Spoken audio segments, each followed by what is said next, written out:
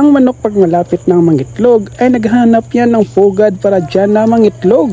At dyan na rin siya maglilimlim hanggang sa lumabas ang kanyang sisiw. Pero kakaiba itong manok, nangitlog sa loob ng bahay na walang shell. Bakit kaya? Oh no! Dahil kulang sa calcium, paiba-iba ang feeds na ginagamit at dahil sa vaccination. What? Ito'y nilagay ng may-ari sa shell para alagaan niya. Pero bakit dalawang egg yolk ito? Wow! Dahil hindi pa maayos ang ubari ng manok. Hindi mabubuhay ang isa kasi mag-aagawan sila ng oxygen at nutrients. Oh no!